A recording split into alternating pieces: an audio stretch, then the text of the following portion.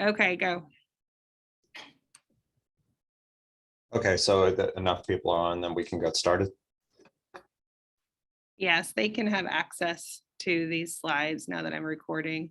Okay, so I've been asked to review cardiopulmonary exercise testing, and as you probably know, Patrick Hull has done quite a bit of work on this. So I've sort of pushed together his talk and my talk into a new talk that we can share with you guys. So we're going to talk through what is cardiopulmonary exercise testing, just basics of exercise physiology, where we use this, prognostic data, and then maybe a case or two, depending on our time. So cardiopulmonary exercise testing, CPET or CPX, is exercise testing that shows breath by breath measurement of oxygen uptake, carbon dioxide output, and ventilation. And it gives you quite a bit of data. Just literally with those three measurements, you get quite a bit of data. This is what the setup is. We unfortunately don't have a bicycle over in Scarborough, but for the most part, you have a treadmill. You have a mask set up with a tube that actually measures oxygen and carbon dioxide breath by breath that goes to a mask that a patient wears. And then otherwise, it's essentially the same as any other stress test. You have EKG leads, you have a blood pressure monitor. Now, if you go to a center where they do this quite a bit, and they are set up to do it in the cath lab, then you may have actually a PA catheter available so that you can do a right heart cath as you exercise. And that can be actually really great data. We just have struggled to get that set up here. And then serial lactate measurement you can do as well if you have that PA catheter. So in real time, we look at inhaled and exhaled gases, and we calibrate prior to, and it should also adjust for ambient conditions, so that you get a good measurement of O2 in and carbon dioxide out. And and as with any other stress test, initially you start walking and then gets faster and steeper. And you can see her with a mask here. Athletes do this quite a bit. I mean, you can see videos of all kinds of athletes checking their VO2 max to see what their fitness level is prior to competition. So cardiopulmonary exercise testing, you have your patient, you have your everything set up. And as I mentioned, you have this mask with a tube that measures oxygen and carbon dioxide, and you get point-by-point analysis of this over time. So you measure oxygen consumption, CO2 production, how much air you're ventilating, respiratory exchange ratio, which we'll talk about, ventilatory equivalents for oxygen and carbon dioxide, which we'll talk about, and tidal CO2, which you might remember from your CPR classes, where this is a way to tell that a tube is in the right place, but it's also a way to tell what your respiratory and metabolic status is. Oxygen pulse breathing reserve and baseline spirometry, which is very important. So oxygen consumption is a product of ventilation and the fraction of oxygen that has been utilized by working muscles. So how much oxygen is being removed from your breath by breath intake. Carbon dioxide production is, as you remember from the Krebs cycle, and the way we utilize the way we utilize energy in our muscles, byproduct, and it's relatively constant measured increase until you get anaerobic, until you're not getting enough oxygen to the tissues, and then CO2 production increases dramatically because you're utilizing a different form of energy production, where you make lactic pyruvate and lactic acid, and you aren't beholden to oxygen. Pulmonary ventilation, we measure sort of like a mini PFT, respiratory exchange ratio, which is how much carbon dioxide produced compared to how much oxygen consumed. And as I mentioned, you get anaerobic at some point, and all of a sudden CO production goes up dramatically and O2 consumption doesn't. So the ratio gets higher, and that lets you know that you've had a good test. So the reason we use VO2 is because cardiac output increases very proportionately to increases in maximal oxygen consumption. So you can see it's a pretty linear relationship for VO2 and cardiac output. And oh, go ahead. 2022 addendum. Michael, I think I can hear you. If you can hear me. Sorry about that. No problem.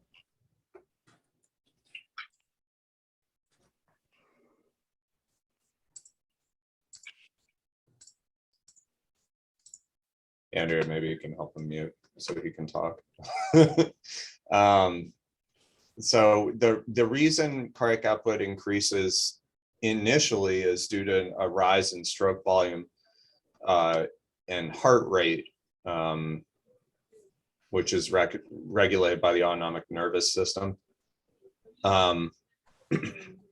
There's also a respiratory response to exercise where you make increased carbon dioxide production, and you get rid of that carbon dioxide by breathing harder up to a point. So peak oxygen consumption is a product of cardiac output times the difference between arterial and venous oxygen. And you might recognize this if any of you have heard me talk about the Fick equation. That this arterial venous oxygen difference is very important in determining cardiac output. So it's not surprising, since I just told you that VO2 max correlates with cardiac output, that both of them would correlate with arterial venous oxygen difference.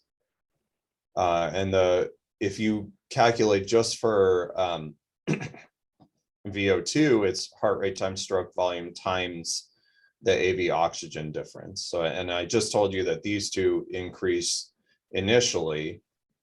But what you'll also know is that over time, as more and more oxygen is pulled out of the blood, because blood is moving slower, this difference will get higher.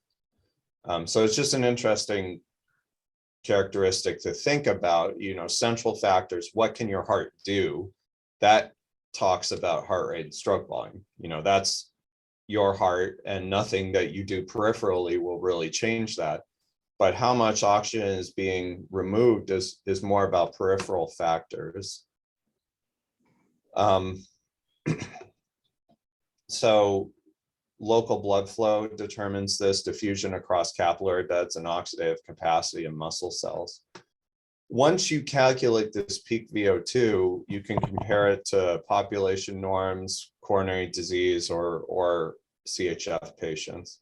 And of course, I concentrate on CHF patients, and what we report is a percent of a healthy normal VO2, which is affected by gender as well as age. So, an 80-year-old would probably not be expected to have a VO2 much higher than what we would consider severely depressed in a patient who's 30. So suffice to say, VO2 gets worse predictably throughout your lifespan. We'll see what Andrea's triathlon numbers look like as we go forward. So from a factors that affect AV oxygen difference, you can see pulmonary diffusion is important, ventilation is important, what altitude you're at, how well circulation happens, which is really what we're measuring here, what the mitochondria does, how well the oxygen diffuses into the skeletal muscle, and then what your brain is telling all of this to do. All these factors affect arterial and venous oxygen difference. You guys are probably familiar with the different protocols that we use for exercise testing.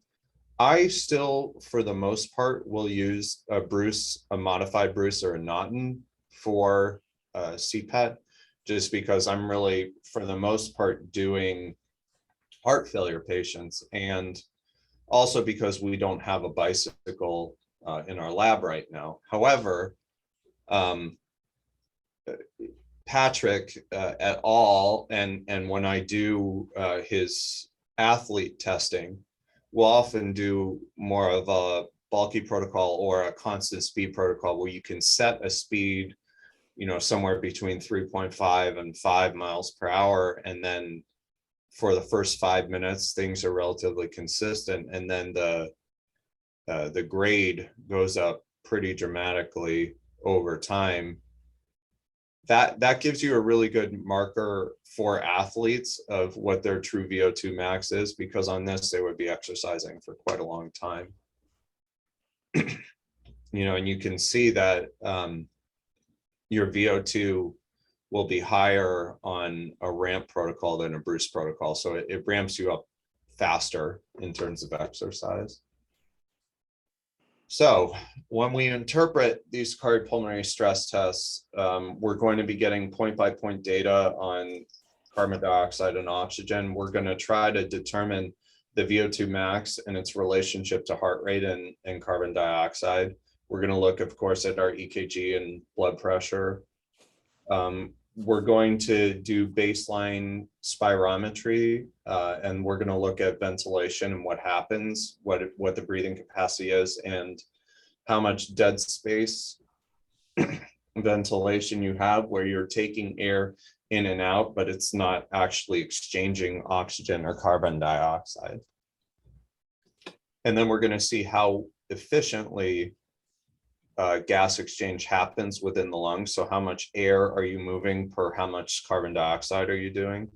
And then check gas concentrations in general.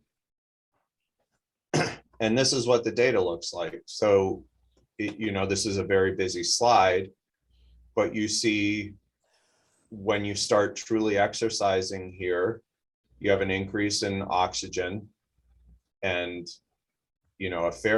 what becomes a fairly significant increase in carbon dioxide that you're moving, and then you stop exercising and all of these things normalize.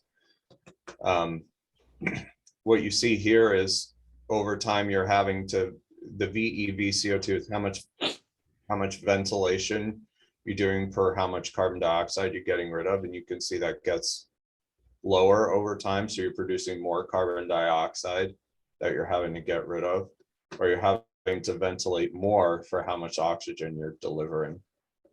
And you can see that you tend to breathe more during the test, which is not surprising. You can see your heart rate goes up somewhat proportionally. And you can see that this respiratory exchange ratio, where you're saying how much carbon dioxide are you producing and getting rid of compared to how much oxygen are you consuming, that goes up over time too as you get more anaerobic. So all of this makes sense in terms of exercise. I know it's a very busy slide, but this is what we look at the end of the study.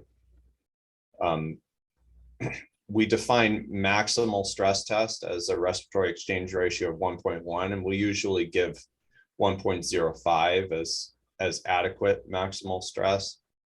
The VO2 max, as I mentioned, we express as a % of normal. It has a lot of prognostic value in heart failure, which I'll talk about a little bit later. As I mentioned, for Lance Armstrong et al., it correlates with athletic performance, and it's considered abnormal when you're less than 85% predicted. And you can see how dramatically this changes depending on what you do. So the vast majority of patients I see are sedentary. And so their normal VO2 max is probably somewhere in the 20s in terms of prediction, and they're essentially sick if they're less than 14 or potentially 12. But for endurance athletes, the way you think about VO2 max becomes much more complicated. And you have to, Patrick can maybe speak with you at some point in the future about how to make an actual prescription for exercise depending on your results. So I've mentioned this anaerobic threshold a few times. So you have your VO2, which is fairly consistent, but your VCO2, you have a slope. And then at some point, that slope becomes more steep, and you're producing much more carbon dioxide all of a sudden. And again, that's because you're making energy less efficiently because you're not delivering enough oxygen to the tissues for them to do what they need to do. So they do anaerobic metabolism, which ends up creating a lot more carbon dioxide as well as lactic acid and doesn't use as much oxygen. So we call this the V-slope method, where we find a slope of what we're predicting, of what we're seeing here, and then that lets us know prognostic information. And like I said, here you have a slope of VO2, of VCO2 to VO2, and all of a sudden it changes where you make more carbon dioxide compared to oxygen that you're using. And that we define as our anaerobic threshold.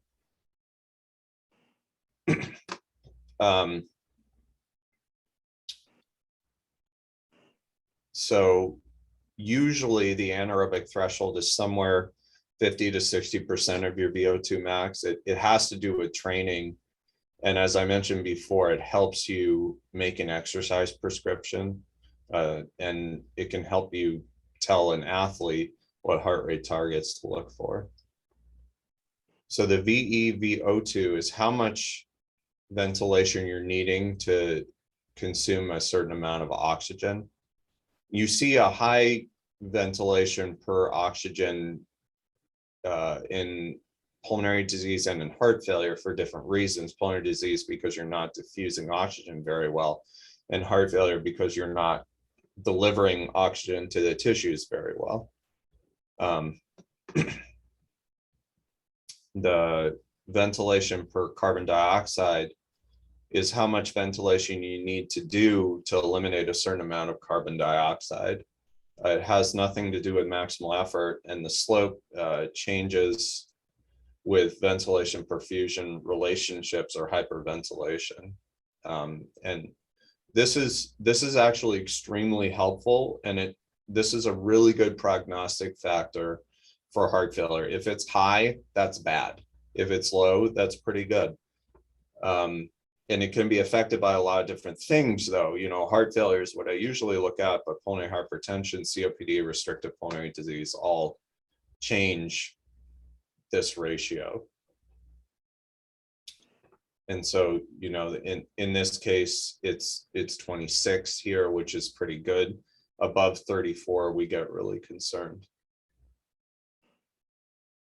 And so here's your VEVO2, which is the red, which increases over time, and the VEVCO2, which really doesn't, because again, you're making a lot of carbon dioxide towards the end. End-tidal CO2 partial pressure reflects ventilation to perfusion in the pulmonary system, and it can also reflect cardiac function. It tends to get a little bit higher during exercise, but if it's low, that's pretty concerning in heart failure. And it's another marker of potentially pulmonary vascular dysfunction that we comment on pretty often. So like, for instance, if we see a VCO2 that's high and a PECO that's low, we would probably say something along the lines of consider abnormal pulmonary vascular function. O2 pulse is interesting as well. It's milliliters per heart rate. And if you assume that there's a constant relationship between oxygen consumption and cardiac output, which I think I've shown you that there is, this is a surrogate for really what is your stroke volume doing? Is your heart actually increasing in terms of squeeze? Does it even have that ability in heart failure? If it plateaus early, that's telling you that your heart really isn't able to augment cardiac output. And if it drops late in exercise, you could imagine the heart becoming ischemic and then all of a sudden not squeezing as well, but it's not really specific. You know, so you have in increasing O2 pulse over time, and then it drops off when you relax. So I'm sorry, here it is. So this would probably be considered a normal study here. We measure pulmonary ventilation liters per minute. It can be very high in athletes, but resting is probably 7 to 9 liters per minute. And then a breathing reserve is measured, which is the percent of your maximal ventilation, which you do at rest before you exercise. Usually in healthy individuals, lung performance has nothing to do with whether they have to stop. And typically a breathing reserve is pretty significant even at the end of exercise. But if this becomes low, then you worry about the lungs being the reason for patients not doing well when they exercise. So there are different ways to apply cardiopulmonary exercise testing. In heart failure, it lets you know what the chance of death at 1 year is. In coronary disease, it lets you know, is the coronary disease affecting their exercise.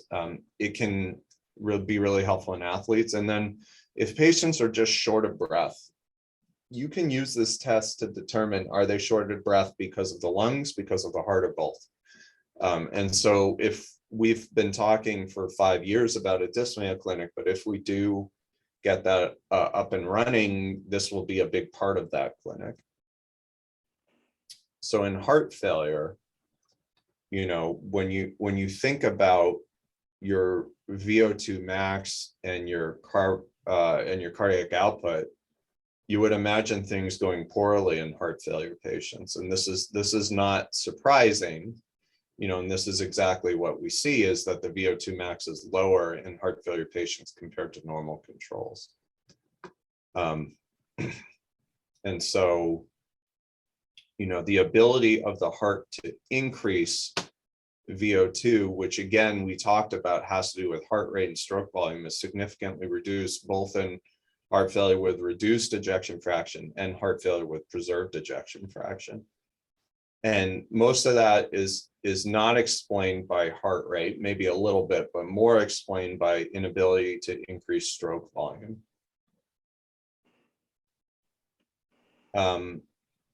When you look at more fit versus less fit people, you can see that the VO2 goes up faster in patients who are more fit and slower in patients who are less fit.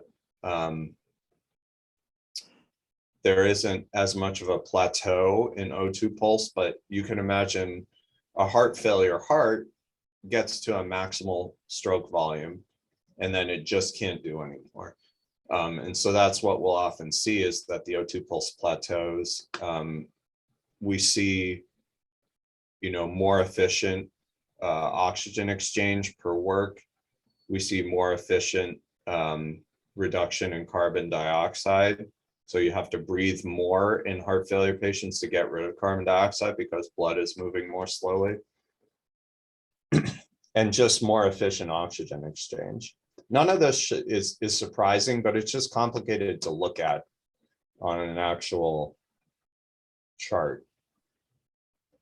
And so heart failure severity is sort of both related to ventilatory inefficiency, and then, you know, you can also see periodic breathing, which has to do with circulatory delay, your chemo sensors, and the way your ventilatory drive is controlled centrally. And you may actually have periods during even exercise of hypopnea and apnea. And it, you know, as you have more heart failure severity, you will see this periodic breathing pattern. And we call that exercise oscillatory ventilation, and it's a marker of severe heart failure. And I've already spoken about ventilatory inefficiency that has to do with breathing quite a bit to get rid of carbon dioxide, which again is a bad marker. And so at the end of all this, we give patients a prognosis, and either they'll get to a maximal test or they won't. If they don't get to a maximal test, so their respiratory exchange ratio is less than 1, we wonder why that is. And it could be due to lung disease. It could be due to factors that have nothing to do with the heart, like having to stop because of leg pain with vascular disease, or having to stop because of musculoskeletal complaints.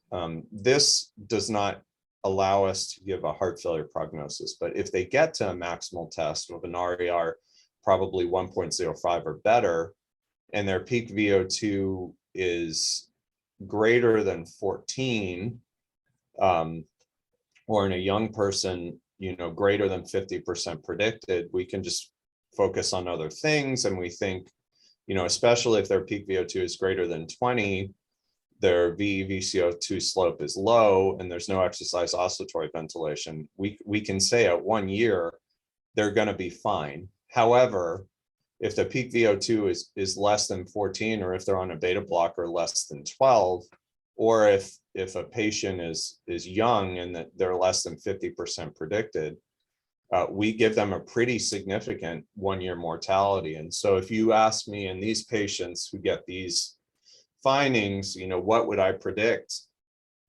Or at 1 year, would I be surprised if we lost them? I would say no. And that can be helpful in saying, okay, what are we going to do next? And these are the patients that we refer for transplant, or we work up for LVAD placement.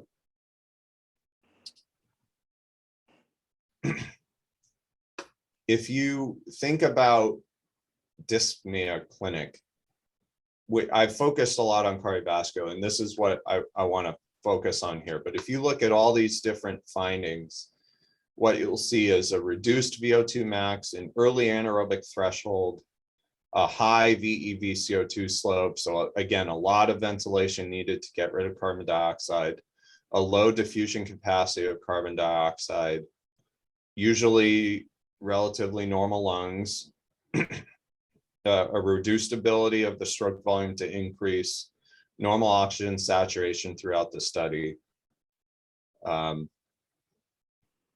and a reduced relationship between oxygen consumption and workload. But you can find other patterns too. So as I mentioned, if you have a pulmonary issue, your VO2 is reduced, but your anaerobic threshold is normal. You again have to move a lot of air to move carbon dioxide, but your ventilatory capacity is reduced, and your O2 pulse is probably normal, and your SAT drops. So this is a totally different pattern that you'll see on cardiopulmonary stress tests. And then it becomes more complicated when you have vascular issues and pulmonary issues, so like pulmonary hypertension, where we really we'll see that drop in oxygen saturation. We'll see again a high VEVCO2 slope, and in this setting we will see an early anaerobic threshold. So if you compare cardiovascular dyspnea to vascular pulmonary dyspnea, you won't see a ton of differences here. And so that's part of why we do this, is we can look at different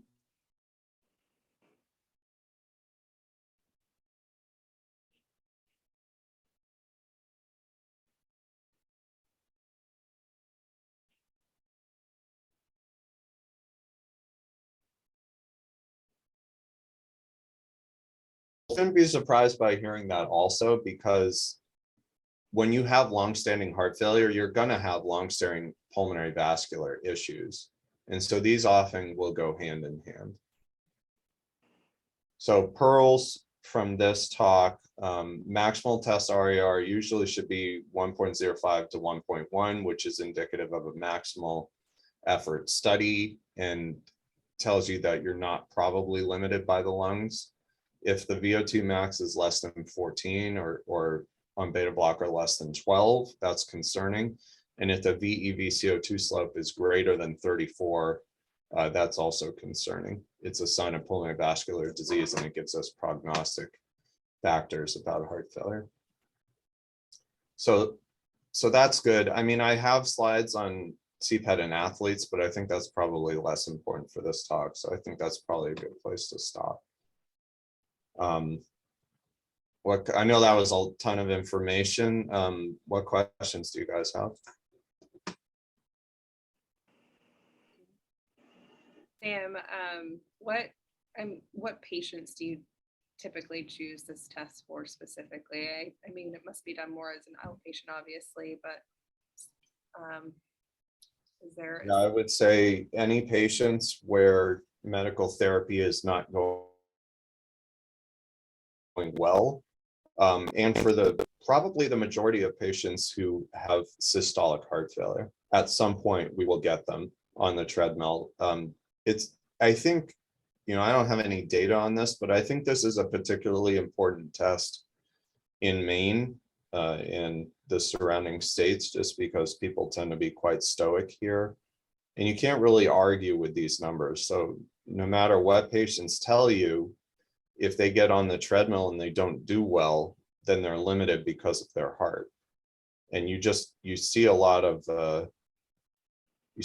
people here who kind of just like show up to work and continue doing construction, even with low EFs. And you often have to prove to them that they're sick in order to move forward with treatment. Yeah, that's true. And do they ever do this like in cardiac rehab? Yeah, so we'll often, for new heart failure patients, we'll usually try to get them through cardiac rehab and on maximally tolerated GDMT before we do this, just to give them a better chance at good outcome. And I think, these data points can really change over time depending on what a patient is doing and what their medical therapy is. So it's definitely worth doing cardiac rehab first and medical therapy first before doing this. Otherwise, I think you would probably overdiagnose end-stage heart failure. Gotcha. That's helpful. Thank you.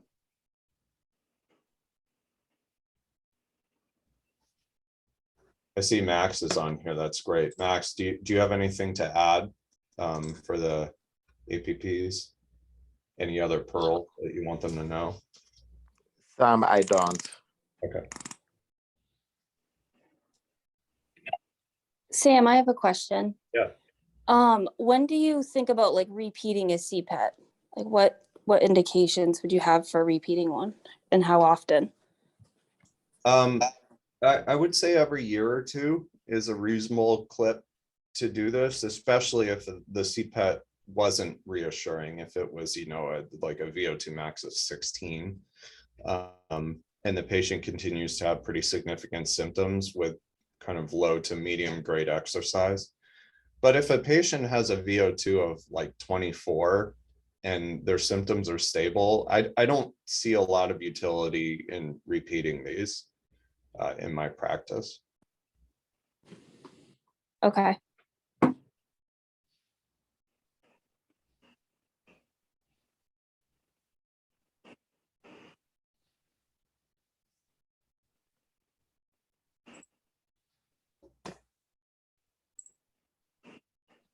Awesome. Thank you, Andrea. Thank you, Sam. When can I sign up for mine? What'd you say? When can I sign up for my CPAT? Hey, I mean, I think Patrick would be happy to set you up for it. All right. Let's have a competition. Let's see how you do on the triathlon and then we'll decide. All right. Perfect. Thank you. Thanks, guys. Thank you.